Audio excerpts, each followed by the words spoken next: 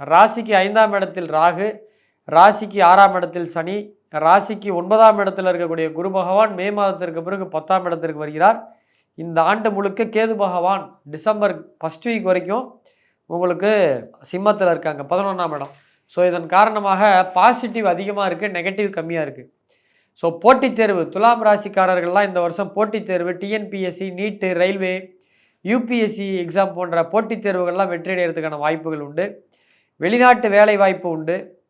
வெளியூர் வெளிநாடு வாய்ப்புகள்லாம் உண்டு. வெளிநாட்டில் வேலைக்கு போகிறதுக்கெல்லாம் வாய்ப்புகள் உண்டு. திருமணம் உறுதியாக நடக்கும். 90 கிட்ஸ் கல்யாணம் ஆகாத 90 கிட்ஸுக்கெல்லாம் துலா ராசிக்காரர்களுக்கு உறுதியாக கல்யாணம் ஆகும். 80 கிட்ஸுக்கு கூட கல்யாணம் ஆகிடும்.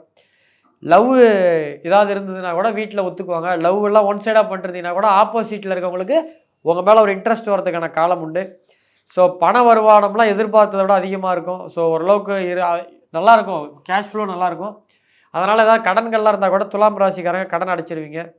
குழந்தை இல்லாத துலாம் ராசிக்காரர்களுக்கு குழந்தை பாக்கியம் 100% உண்டு. ஐவிஎஃப், ஐயுஐ, இக்ஸி போன்ற முறைகளில் செயற்கை முறையிலையாச்சும் கண்டிப்பாக குழந்தை பாக்கியம் உண்டு. கோர்ட் ப்ராப்ளம்லாம் இருந்ததுன்னா அதெல்லாம் சால்வ் ஆகிடும். வேலை இல்லாதவர்களுக்கு இந்த டைமில் வேலை கிடைக்கும், பர்மனெண்ட் ஜாப் ஏற்படும், தொழில் அபிவிருத்தி ஏற்படும்.